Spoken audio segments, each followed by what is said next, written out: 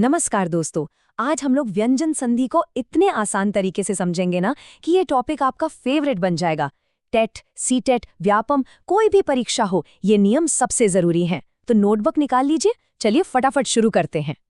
सबसे पहले ये समझिए कि हम इस पर इतना जोर क्यों दे रहे हैं। अरे भाई, इस एक टॉपिक को अच्छे से करने का मतलब है 2 से 5 नंबर पक्के। और आप तो जानते ही हैं कंपटीशन में एक एक नंबर कितना कीमती होता है। ये तो एक बहुत बड़ा मौका है। तो व्यंजन संधि को पहचानने का वो सुनहरा नियम, वो गोल्डन रूल क्या है? बस एक ट्रिक है जो आगे के सारे नियमों की नींव है। इसे समझ लिया तो आधा काम तो यहीं हो गया। यहाँ देखिए, इसकी सबसे बड़ी खूबी इसकी सादगी है। बस इतना याद रखिए, अगर 2 शब्दों के जुड़ने पर कोई व्यंजन बदल रहा है तो वो व्यंजन संधि है। जैसे सज्जन को देखिए, ये सत प्लस जन से बना है। यहाँ क्या बदला? त व्यंजन बदलकर ज बन गया। बस व्यंजन बदला मतलब व्यंजन संधि। कितना आसान है ना? अब आते हैं व्यंजन संधि के सबसे दिलचस्प किरदार पर, और वो है त। ये इतना वर्सेटाइल है कि परीक्षाओं में सबसे ज्यादा सवाल इसी से बनते हैं। लेकिन अच्छी बात यह है कि इसके बदलने के सिर्फ 3 एकदम साफ पैटर्न हैं। चलिए समझते हैं। तो त के साथ 3 ही बातें हो सकती हैं, और ये सब नियमों पर आधारित है, कोई तुक्का नहीं। पहला, द्वित्व मतलब डबल हो जाना, जब त अपने ही परिवार के किसी व्यंजन से मिलता है। दूसरा, परिवर्तन, जब वो च वर्ग से मिलता है। और तीसरा, कोई बदलाव नहीं, जब वो क या प वर्ग के साथ आता है। चलो इसे उदाहरणों से एकदम पक्का कर लेते हैं।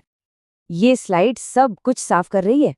देखिए, उत प्लस तर में त के बाद त आया तो त डबल होके उत्तर बन गया।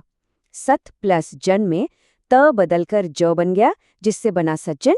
और उत प्लस पन्न में त के बाद प आया तो बेचारा त वैसा का वैसे ही रह गया। एकदम लॉजिकल। ठीक है, अब हम उस नियम पर आ गए हैं जिसे हम सभी नियमों का राजा कह सकते हैं। ये है अनुनासिक का नियम, यानी नाक से निकलने वाली ध्वनि का नियम।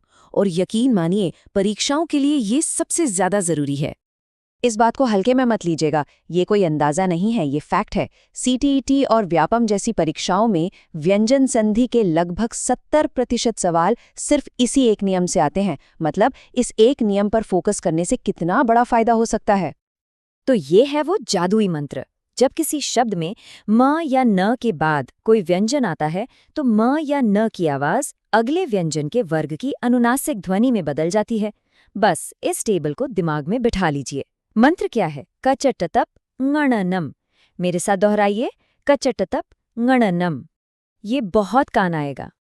इन उदाहरणों को देखिए, सब समझ आ जाएगा। सम प्लस गम में ग किस वर्ग का है? क वर्ग का। तो म किस में बदला? उसी वर्ग के अनुनासिक ध्वनि ङ में, बन गया संगम। वैसे ही सम प्लस चय में च के कारण ञ आया। ये पैटर्न हर बार काम करता है। अच्छा, नियम तो हमने सीख लिए, पर परीक्षक भी तो होशियार हैं। वो कुछ जाल बिछाते हैं। अब उन आम गलतियों पर ध्यान देते हैं जिनमें अक्सर लोग फंस जाते हैं। ये सबसे कॉमन ट्रैप है।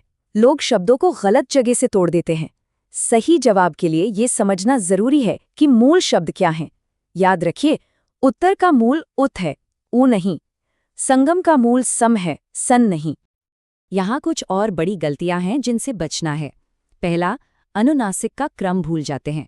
इसका इलाज, परीक्षा शुरू होते ही रफ शीट पर कचट तप उंगननम लिख लीजिए। दूसरा, हमेशा चेक कीजिए कि व्यंजन बदला है या स्वर। और तीसरा, ये मत सोचिए कि त हमेशा बदलता है, उसके भी अपने नियम हैं। चलिए अब एक छोटी सी चुनौती के साथ इसे खत्म करते हैं, ये पक्का करने के लिए कि अब आप परीक्षा के लिए पूरी तरह से तैयार हैं। तो ये रहा सवाल। अब जो अनुनासिक मंत्र सीखा है उसे यहाँ लगा के देखिए। सोचिए, संपर्क में जो प है वो किस वर्ग का है? और सही जवाब है ऑप्शन बी, प वर्ग। क्योंकि प वर्ग का पहला अक्षर है और उस वर्ग की अनुनासिक ध्वनि म ही होती है। देखा, एक बार नियम समझ आ जाए तो सब कितना आसान हो जाता है। तो बस इन आसान से नियमों को याद रखना है, उन आम जालों से सावधान रहना है, और नंबर आपकी जेब में होंगे। मुझे उम्मीद है कि इस विश्लेषण के बाद व्यंजन संधि अब आपके लिए कोई मुश्किल टॉपिक नहीं रहा होगा।